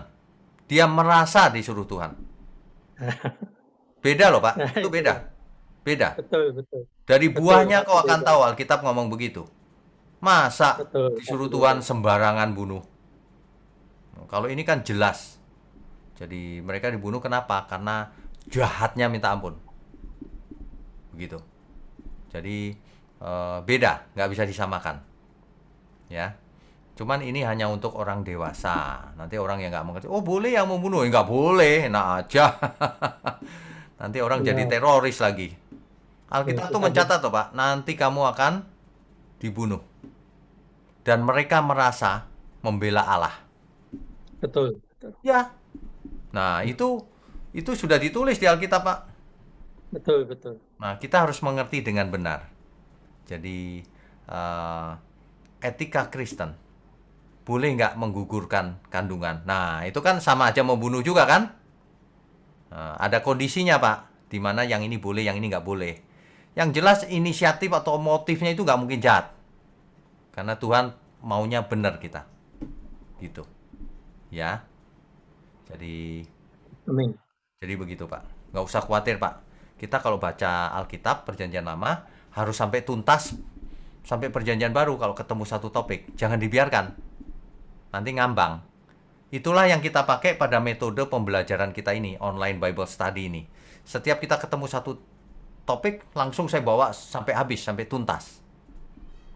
Jadi 10 hukum juga kan saya bawa sampai tuntas, Sabat saya bawa sampai tuntas. Jadi mestinya bagaimana gitu? Mestinya belajar Alkitab begitu, jangan ditunda-tunda, kejadian-kejadian toh nanti gantung. Nanti malah salah mengerti loh. Sebab Betul. ada beberapa yang sudah tidak berlaku juga sih gitu. Ya. Ya, Oke. makasih. Tuhan berkati, Pak. Makasih. Ya. Ya. Oke, berikutnya. Baik, untuk penanya selanjutnya ada Bapak Jo Albri. Silakan Jo, Bapak Jo. Pak Jo, silakan. Shalom Pak Nyo. Shalom. Pak, saya coba tarik benang merah nih Pak ya, Ya. dari pembahasan Bapak hari ini ya. Ya. Bahwa dekalogus ini kan dibuat sebagai tonggak awal aturan main lah dalam hubungan Allah dan manusia Pak. Ya. Dalam hal ini bangsa Israel. Ya. Kemudian ada lagi terbit 613 aturan itu. Ya. Atau saya bisa saya bahasakan di sini aturan pelaksanaan atau aspek praktisnya bagi mereka orang Oke. Israel ya Pak ya. Ya. Nah, saya lebih cenderung mungkin pakai istilah perjanjian ini diadendum ya Pak oleh hukum kasih, karena dia tetap melekat ke perjanjian awalnya, meskipun ada beberapa hal yang disempurnakan tadi. Oke, kalau dulu kan akal budi, kalau hukum kasih itu akal dan budi, sikap hati itu kan jadi barometer apakah kita benar atau tidak di hadapan Tuhan ya Pak ya. Ya. Oke, dalam hukum positif kita saat ini sebatas niat jahat aja tuh tidak cukup gitu untuk menghukum seseorang. Ya. Niat jahat atau mensrea itu sebatas itu belum diejawantahkan dalam suatu tindakan ya. Ya. Baru berniat saja tidak bisa dihukum dalam hukum positif Ya. kita. Nah, pertanyaan saya, apakah kita akan tetap dihukum Tuhan, Pak, jika kita memiliki sikap hati yang kadang serong, tapi tetap berjuang untuk berbuat yang benar di hadapan Tuhan? Gitu. Karena sikap hati ini bisa sangat bias sekali sifatnya, Pak Wiknyo. Oke. Karena kan ada ayat nih, Pak, sekalipun kau memberikan tubuhmu untuk dibakar tanpa kasih sia-sia. Betul. Saya khawatir, atau saya menduga lebih tepatnya, sebagian besar orang punya pendapat kalau berpikir sempurna itu mustahil karena mereka ada kekhawatiran seperti ini, Pak. Sikap hati yang bias ini. Demikian. Ya, mengerti. Pak Wiknyo, terima kasih. Ini pertanyaan bagus sekali ini. Begini, seseorang ketika berkomitmen ikut Tuhan kan dibaptis tuh. Nah, waktu dibaptis, setelah selesai dibaptis, memangnya langsung berubah kan? Tidak ya. Misalnya suka ngomong memaki gitu, dikit-dikit kesandung setan gitu misalnya. Nah, setelah dibaptis, besoknya kesandung, latah setan gitu. Terus dia tahu salah nih. Ya udah, dia belajar lagi, lain kali enggak. Seminggu kemudian kesandung masih setan. Terus 2 minggu enggak lagi, 3 minggu enggak, sebulan, sekali-kali kena lagi, makin lama makin jarang, makin lama enggak pernah lagi nanti. Nah, itu artinya berkembang kan, ada pertumbuhan rohani. Jangan gini, setiap 2 hari sekali jatuh. Nah, kalau itu enggak niat tuh namanya. Kalau itu minum obat namanya. Berbuat dosa kok teratur. Nah, jadi selama sikap hati kita arahkan ke Tuhan, kita bertobat sambil belajar menyempurnakan diri, itu sudah benar. Asal jangan sengaja jatuh dalam dosa. Nah, kalau itu sudah beda tuh kalau sengaja terus. Artinya dia nggak bertobat. Kalau bertobat tuh kan nggak sengaja ya. Enggak, aku sudah berusaha. Ya, keluar mulutnya lah saking keselnya ya. Itu masih wajar. Tapi berjuang lagi supaya tidak mengulang kesalahan yang sama. Demikian seterusnya. Setiap kali jatuh, naik lagi. Jatuh, naik lagi. Terus, makin lama makin itu. Lama-lama tidak jatuh lagi di beberapa hal. Lama-lama makin sempurna pasti. Iman itu disempurnakan lewat perbuatan. Makanya perbuatannya harus nyata. Begitu Pak Jo. Apakah itu menjawab atau enggak ya?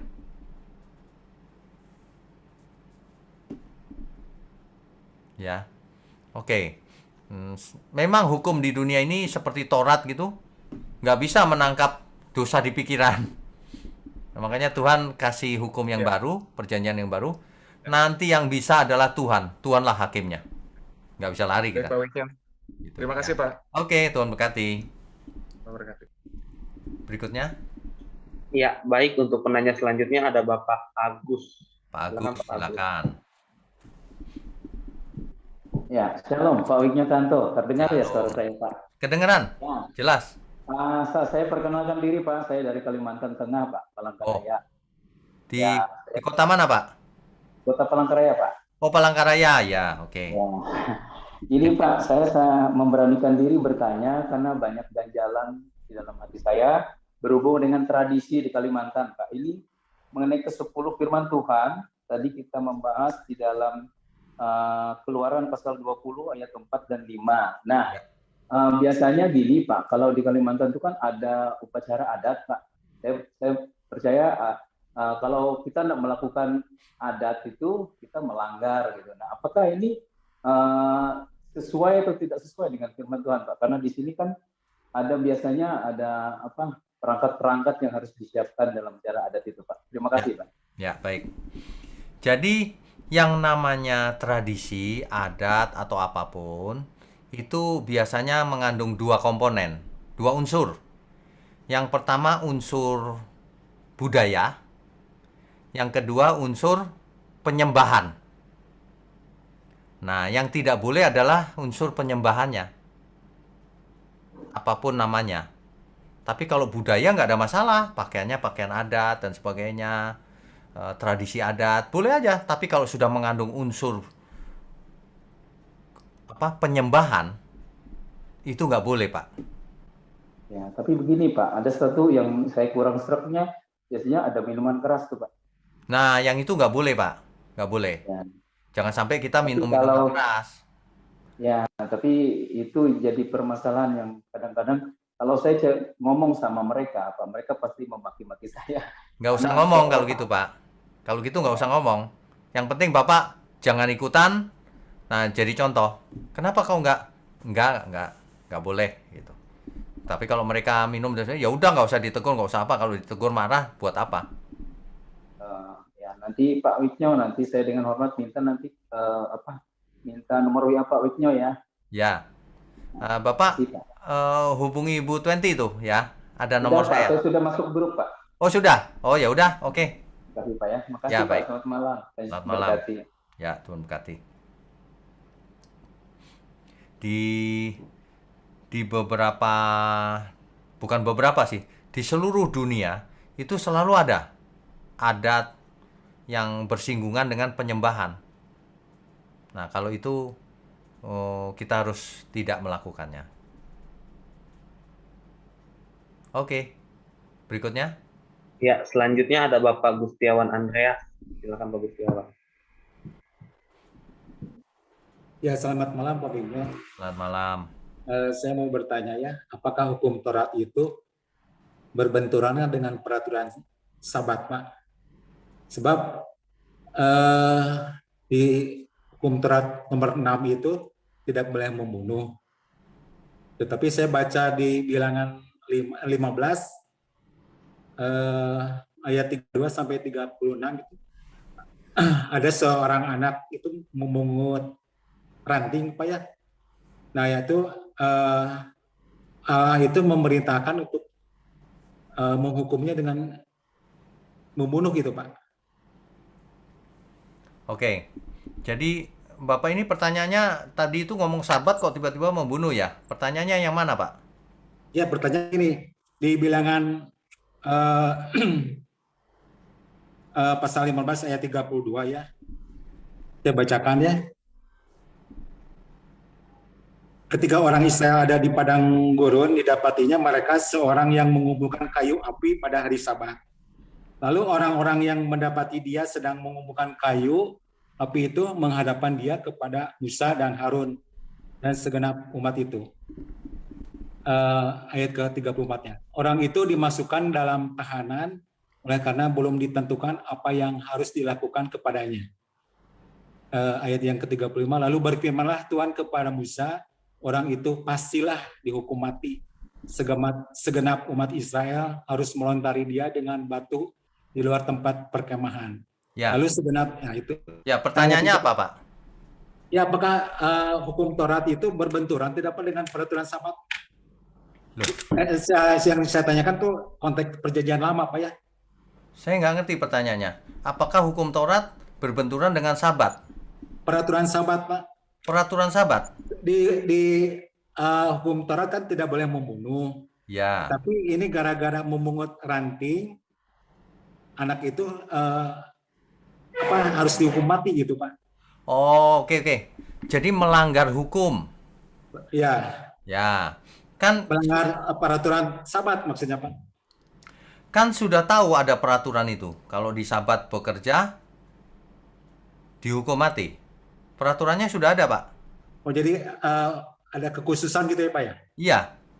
Nah, makanya di zaman Perjanjian Baru ketika Tuhan Yesus menyembuhkan orang sakit di hari Sabat, dicerca kan sama orang Farisi dan ahli Taurat, yang murid-murid Tuhan Yesus memetik gandum di hari Sabat, dicerca juga kan, mestinya dihukum mati itu. Tapi mereka nggak berani. Nah, makanya Taurat itu semangatnya salah. Semangatnya dikoreksi oleh Tuhan Yesus. Bukan begitu. Bukan manusia untuk Taurat. Taurat itu diadakan untuk manusia. Gitu loh. Jangan dibalik, manusianya jadi salah, jadi dikuasai oleh Taurat. Salah. Manusianya yang berkuasa atas Taurat. Anak manusia Tuhan bagi hukum Taurat gitu loh. Makanya yang baru, makanya yang lama itu dikatakan dibatalkan saja udah. Yang baru dibuat lagi. Nah, yang lama masuk tapi dengan esensi yang benar, yang sempurna gitu. Begitu ceritanya. Ya jadi maksudnya kalau di perjanjian lama ini kok sampai bisa membunuh gitu ya Pak, padahal udah diperintahkan jangan membunuh gitu Pak. Loh, kan tadi sudah saya katakan, ya, maksudnya dilarang membunuh itu. Jangan dimasukkan ke perjanjian baru Pak ya. Tapi yang saya tanyakan tuh waktu di perjanjian lama gitu, pada waktu konteks ini gitu Pak. Ya ya, di perjanjian lama yang dimaksud tidak boleh membunuh itu nggak boleh berniat membunuh. Tapi kalau Tuhan yang perintahkan harus mau. Beda, ini perjanjian lama ya, bukan perjanjian baru. Begitu Pak. Ya, terima kasih Pak Budi. Oke, jadi istilah membunuh ini sebenarnya bisa dibahas, cuma rawan nanti orang yang mendengar sebagian, wah ini sesat, ini ngajarin boleh. Bukan begitu. Kamu nggak boleh loh ya berniat membunuh siapapun gitu loh. Berapa waktu yang lalu ada yang tanya ya, ketika kita diserang oleh seorang penjahat gitu, boleh nggak membela diri? Ya harus. Masa diam aja dipukul mati? Harus membela diri. Nah itu beda. Pas membela diri dia mati. Ya itu nggak masalah. Kan nggak sengaja. Bukan berniat membunuh, itu membela diri. Gitu loh. Ya. Harus sesuai konteks ya. Terima kasih. Terima kasih. Berikutnya. Baik, selanjutnya ada Ibu Ningsi Cuming. Silakan Bu Ningsi.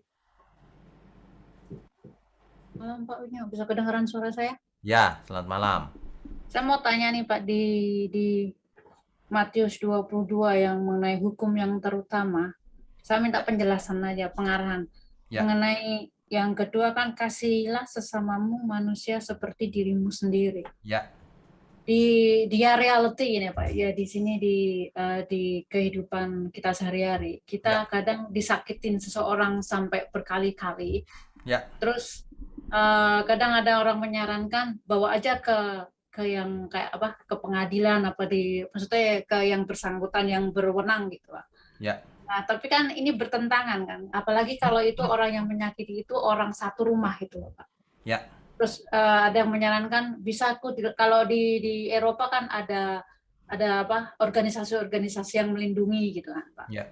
Laporkan ke organisasi yang melindungi biar dia kena sanksi itu. Tapi kan ayat ini kan mengatakan kasihilah sesamamu seperti dirimu sendiri. Kadang itu bertentangan dengan hati saya gitu loh. Apalagi kita orang satu Roma, masa kita mau ke pengadilan gitu loh. Tetap aja kita kan masih punya kasih untuk mengasihi mereka. Nah, itu cara mengatasi atau gimana cara menghadapi orang-orang yang menasehatin kamu terlalu lama untuk diam, kamu harus laporkan itu. Padahal waktu saya renungkan itu saya terkena dengan firman ini. Ya. Kadang kadang udah bilang, ya tapi kan itu kan kamu terlalu lama berdiam, kamu harus laporkan. Tapi firman ini benar-benar memukul saya gitu loh, Pak. Ya. Kasihilah sesamamu seperti dirimu sendiri, itu memang nggak gampang gitu loh. Kadang orang dibilang itu nggak gampang gitu loh. Memang kenyataan ya memang nggak gampang untuk mengasihi sesama. Maksudnya firman itu udah jelas, kalaupun orang itu menyakitkan, kita harus mengasihi mereka. Nah itu tolong pengarahannya menghadapi masalah ini gitu loh, Pak. Ya, ya, baik. Terima kasih, Pak. Jadi kita itu harus belajar kepada Tuhan Yesus. Tuhan Yesus ketika ada orang yang tidak percaya, ditinggal sama Tuhan, kebaskan debu. Bukannya mengasihi itu artinya ditungguin, dikasihi, bukan gitu. Orang nggak mau bertobat, tinggal. Tapi tidak boleh menghakimi, awas kau hukum, nggak boleh begitu juga. Nah, kasus-kasus tertentu, misalnya orang mengadakan kekerasan, harus dilaporkan. Kekerasan tapi dia nggak bertobat, mengulang terus, harus dilaporkan supaya dia dipenjara. Mengasihi itu bukan berarti membiarkan kejahatan terjadi. Bukan. Kalau dia kejahatannya berhenti, ya sudahlah. Nah, itu mengasihi. Jangan mengasihi itu konyol. Orang mau bunuh orang, lalu kita diam saja, mengasihi musuh, aku diam aja. Itu bukan mengasihi, itu malah tidak mengasihi. Mau membunuh, mau dibunuh kok nggak ditolongin. Jadi harus cerdas tapi tulus. Nggak ada etikat jahat sama sekali, mau bunuh orang, mau melukai. Nggak ada sama sekali. Tapi kalau orang mau melukai terus-terusan, ya dilaporin polisi, gitu aja, sederhana. Nggak mau bertobat lagi. Kalau minta maaf dan sebagainya, ya sudahlah, meskipun sini udah biru, tapi orang minta maaf, ya sudah, oke, jangan diulang ya, gitu. Nah, itu mengasihi. Tapi kok mukul terus, biarin deh, gua mengasihi, ini ku kasih pipi kiri, pipi kanan, biarin bonyok. Wah, itu bukan mengasihi namanya. Jelas nggak, Ibu? Ya, benar. Berarti Karena kita nggak tubuh salah. kita ini milik Tuhan, bukan Ya. milik siapapun. Ya. Gitu. Berarti kita nggak salah ya, Pak, kalau kita melaporkan yang Enggak dong. berwenang Enggak. gitu. Kalaupun memang firman ini kayaknya memukul saya gitu, kasihlah Enggak. sesama. Kalau itu diulang dan tidak mau bertobat, Oke. dilaporkan. Oke. Kecuali dia mau Makasih, Pak. bertobat, ya sudahlah ya. Kalau sudah bertobat, ya sudah, Ya, nggak ya, apa-apa. Oke. Makasih, Pak, buat penjelasannya. Tuhan Yesus memberkati. Terus? Ya, baik, untuk penanya selanjutnya ada Ibu Grace. Silakan, Bu. Malam, Ya. Pak Wignyo. Malam, Bu Grace. Iya. Pak, ini yang di Matius 5:22, aku berkata kepadamu, setiap orang yang marah terhadap saudaranya harus dihukum, yang berkata kafir dihadapkan ke mahkamah agama, dan jahil harus diserahkan api neraka yang menyala-nyala. Itu maksudnya marah yang bagaimana, kafir yang ngomong kafirnya tuh gimana, yang jahil gimana, Pak? Ini udah pasti orang yang benci sesamanya ini. Marahnya Oh, iya. marah nggak benar. Marah nggak mengampuni Karena ya, Pak, ngatain ya? jahil dan ngatain kafir. Ini jahat nih pasti. Konteksnya pasti jahat. Bukan orang tua yang sedang marahin anaknya untuk mendidik, pasti bukan itu. Oh iya, iya. Ya. Pokoknya marah yang gimana ya, Pak? Marah yang jahat. Kan setiap orang marah jahat, Pak. Enggak dong. Ibu kalau marahin anak jahat nggak? Oh enggak, iya Nah, sih. iya, Tapi nggak semua marah jahat. iya, Tuhan Yesus marah nggak di bait Allah? Diobrak-abrik. Jahat nggak itu? marah. Enggak. Enggak. Marah yang bertujuan jahat ya, Pak, ya? Iya, betul. Jadi kafir dan jahilnya ini maksudnya bertujuan membenci, pokoknya nggak bagus gitu ya, Iya, Pak, ya? mengkafir-kafirkan orang itu nggak bagus, Bu. Harus dibuang ke Sama neraka itu jahil. orang-orang yang Kita kan- mengkafir-kafirkan orang itu. Iya. Terus yang jahil, Pak, kita kan suka bilang, ih jahil banget kamu. Nah, itu maksudnya bukan jahil begitu toh, Pak. Bukan. Ini ngatain jahil ini dia jahat banget ya. Ini konteksnya itu. Iya. Ya. Oh iya, Pak. Bukan orang lagi bercanda, kok jahil amat sih lu? Oh, bukan gitu, bukan. Iya. Oh, saya pikir dulu gitu. Saya pikir, ih ngeri banget ngomong jahil. Makanya, Oh iya. kalau belajar Alkitab jangan kata-katanya Per diartikan ayat. harafiah ya. Harus konteksnya. Ya. Iya, Pak. Oke.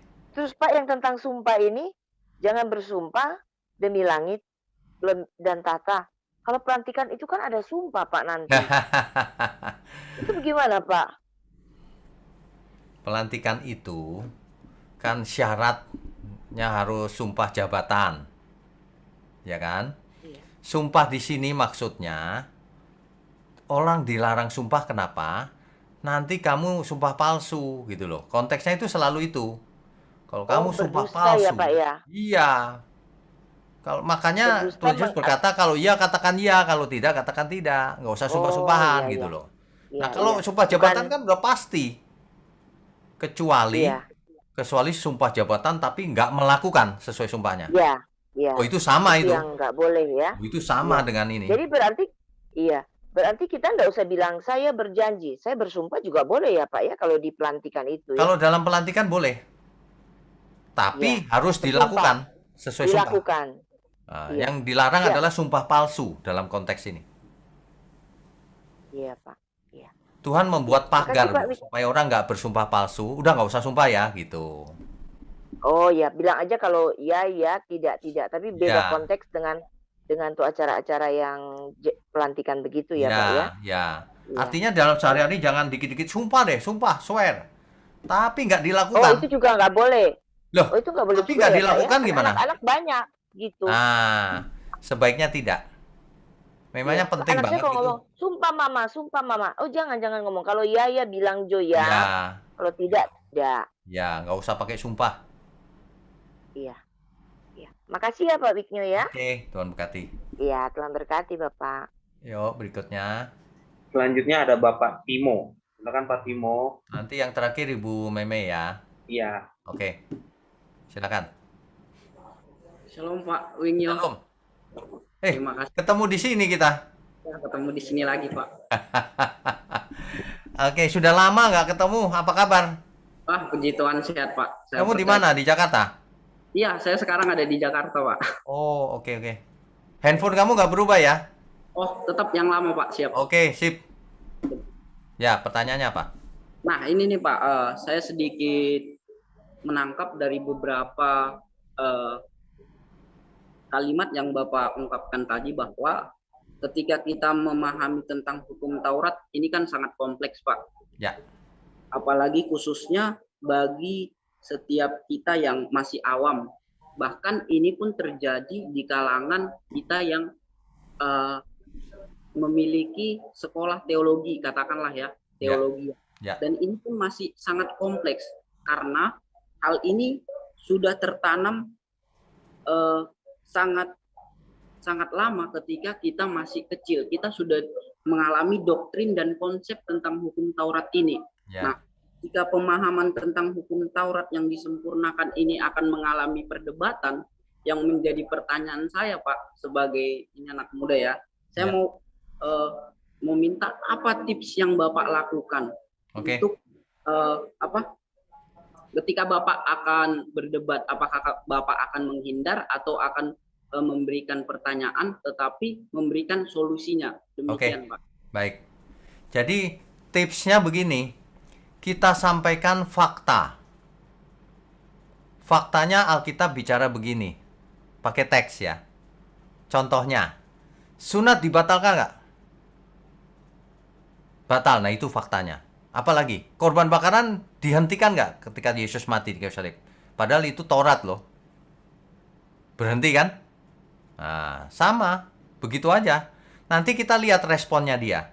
Kalau orang responnya, enggak, tapi ini ayat ini, perjanjian lama gini-gini. Ya sudah, kita mundur teratur saja. Percuma buang-buang waktu dengan orang yang tidak bisa debat. Dengan orang yang tidak punya nalar yang baik. Karena pakai Alkitab itu harus sesuai teks Alkitab. Pendukungnya apa gitu. Bukan ngotot-ngototan, ini ada ayat ini gitu. Nggak dilihat seluruh ayat. Nah, yang gitu-gitu kamu nggak usah debat. Nanti kamu capek, nggak ada gunanya.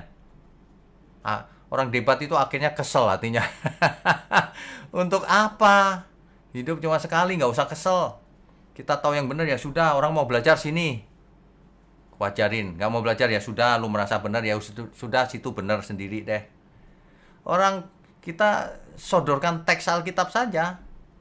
Yang penting sunat Kristus, bukan sunat fisik, sunat hati. Ada teksnya. Nanti dia pakai perjanjian lama. Ini sunat hati nih. Ini sunat fisik, kekal perjanjiannya. Capek deh.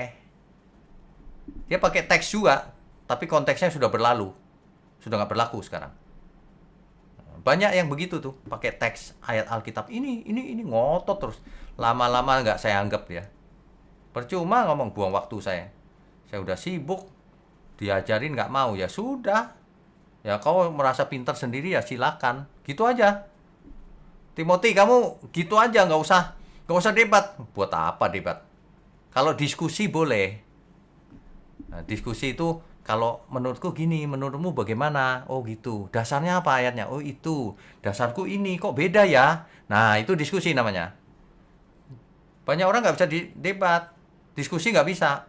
Salah itu, ini ayatnya loh. Padahal itu ayat Alkitab juga. Mestinya dua-duanya diketemukan. Supaya Alkitab ya. Gitu ya, Timothy. Oke. Ya, Tuhan berkati. Berikutnya. Baik, selanjutnya yang terakhir ya Pak. Kalau masih mau bisa. Terusin sedikit deh. Ya, oke. Selanjutnya ada Ibu Meme Pardos. Silakan Bu Meme. Silakan Bu Meme. Shalom Pak. Shalom. Halo Pak. Terima kasih ya Pak semua atas kebenaran yang Bapak sampaikan. Semua firman Bapak ini bisa menyentuh hati saya lah, boleh menemukan bahwa ini kebenaran. Itu menurut saya ya Pak. Terima kasih. Pak, saya ada sedikit confused. Sebab dari kecil saya, Bapak saya juga salah satu anggota gereja lah, bagian aktivitas gereja gitu ya. Jadi masa kecil berumur seperti, saya menyimpang dulu Pak sedikit ya, maaf ya Pak. Masa saya umur 3 bulan, 4 bulan itu, saya sudah dibaptis gitu ya. Itu menurut daripada gereja gitu ya, masa umur bulan lah gitu. Bahkan sertifikatnya juga keluar bahwa saya itu sudah dibaptis gitu. Jadi saya sudah besar, sudah menikah, tapi suami saya memang bukan penganut agama Kristen ya, tapi sekarang puji Tuhan dia sudah agama Kristen. Waktu kami tinggal juga, kami pernah juga tinggal di Inggris, di Birmingham, di England gitu ya, tahun 2010. Jadi kami mengambil juga, saya ajak suami pergi ke gereja, supaya dia kenal Tuhan gitu ya Pak ya. Terus di gereja ini dia katakan seperti perjamuan kudus ya, perjamuan kudus. Dia bilang kalau mau makan roti dan meminum anggur itu harus dibaptis dulu gitu. Jadi saya bagi tahu kepada pastor kalau saya itu sudah dibaptis gitu. Tapi dalam pembaptisan saya ini nggak sah gitu loh Pak. Iya kan? Terus kan Pak, maaf ya, saya sambung dulu. Habis itu kami kembali ke Pineng, ngambil gereja baptis juga gitu. Terus masa perjamuan kudus, sama juga, kalau kamu mengambil roti dan minuman anggur ini, kamu harus dibaptis gitu ya. Jadi saya agak ada sedikit berdebat dengan itu pastor juga di sini ya, bahwasanya pastor cakap, saya harus dibaptis, tapi saya berikan itu sertifikat baptis, mereka cakap ini tak sah gitu. Jadi tapi saya cakap, saya kan sudah Kristen dari kecil sampai besar. Apakah ini salah untuk saya makan? Saya percaya sama Yesus gitu ya. Jadi Pak saya tanya ya, apa sih khususnya orang yang dibaptis gitu ya? Apa itu terlalu penting ya gitu? Oke, mengerti. Jadi begini Bu Meme, di gereja itu masing-masing gereja punya peraturan sendiri. Jadi ada gereja yang seperti itu, saya tahu. Tapi kalau saya ya, kalau orang sudah dibaptis ya sudah, ada sertifikatnya lagi. Mana ada baptisan yang tidak sah? Apa haknya manusia menghakimi bahwa itu tidak sah? Semua baptisan boleh, nggak masalah. Karena baptisan itu adalah lambang. Nah, masalahnya adalah Ibu Meme dibaptis waktu masih kecil, kan begitu kan? Waktu belum mengerti. Ya oke lah, tapi sekarang kan sudah mulai mengerti. Nah, dalam hal itu pilihannya ada dua. Ibu Meme kalau misalnya minta dibaptis ulang, boleh, nggak apa-apa. Tapi kalau misalnya nggak minta dibaptis ulang, saya sudah dibaptis, boleh juga, nggak apa-apa. Itu lambang kok. Kalau ada jemaat yang datang ke gereja saya sudah baptis, ya sudah. Tapi saya minta lagi, boleh juga, nggak apa-apa. Semuanya di Alkitab boleh kok. Gitu. Jadi nggak usah dipermasalahkan, apalagi sudah ada sertifikatnya. Ikut perjamuan kudus kok tidak boleh, waduh. Ya sudah, Ibu Meme diam saja. Boleh nggak apa-apa. Tapi Ibu kan Meme Pak, kalau di- Ibu Meme kalau hari Minggu ya, minggu depan ini ikut perjamuan kudus sama saya online. Di rumah disediakan sendiri. Kalau nggak ada anggur pakai teh boleh. Minggu, khotbah saya yang minggu ini disertai perjamuan kudus. Ini kan hari Rabu ya, ya minggu ini, ya. Begitu, nggak masalah Bu Meme. Iya, tapi kalau di sini kan Pak, dia itu nggak bisa jadi anggota gereja kalau nggak dibaptis gitu loh. Oke, kalau Ibu Meme mau jadi anggota gereja ya mau aja dibaptis, nggak masalah sih. Dibaptis nggak masalah. Oke Pak, terima kasih ya Pak. Silakan Nanti saja nanti- gitu, ya. Terima kasih, Pak. Oke, ya. Selanjutnya, Satu lagi deh, Pak Tian. Ya, Pak Tian silakan Pak.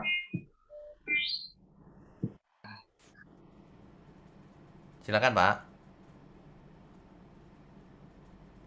Di unmute dulu Pak.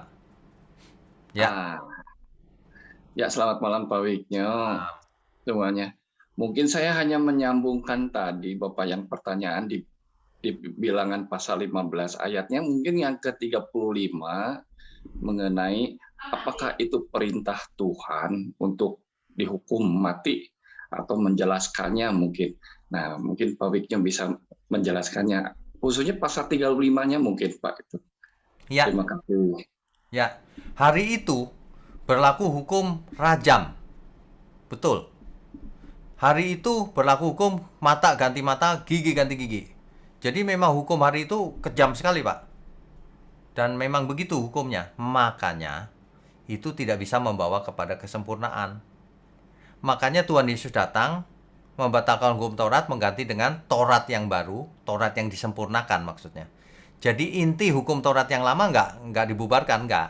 Intinya dibawa ke yang baru, diperdalam gitu. Itu artinya. Nah, sebagian peraturan-peraturan itu hilang, nggak kepake. Hukum rajam dan sebagainya udah nggak ada. Mata ganti mata apa? Ampuni musuhmu, gitu. Begitu Pak Tian. Oke. Habis ya, Daniel ya? Iya Pak, habis Pak. Oke, waduh sudah 8:30 lewat. Iya, udah 9. Nggak berasa ya. Baik, Bapak Ibu sekalian, sebentar. Kita berdoa dulu yuk.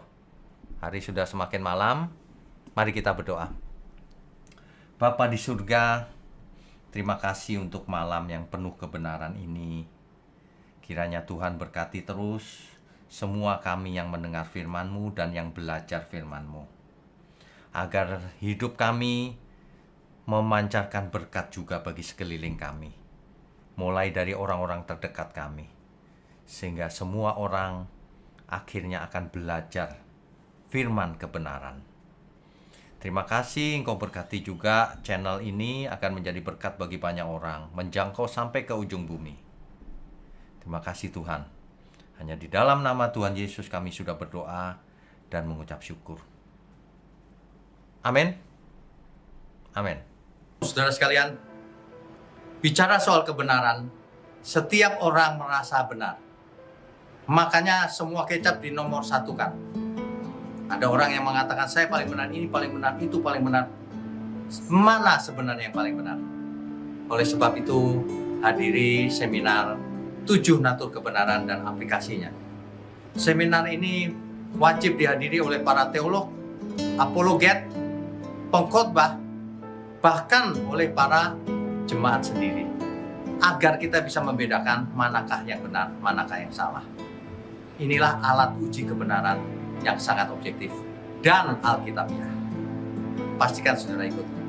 Dan ajak seluruh saudara dan sahabat-sahabat. Bapak-bapak dan ibu-ibu yang terkasih dimanapun berada, yuk kita belajar pelajaran Alkitab bersama secara online setiap hari Rabu jam 7 malam bersama pendeta Bapak Wignio Tanto secara online, bisa melalui Zoom.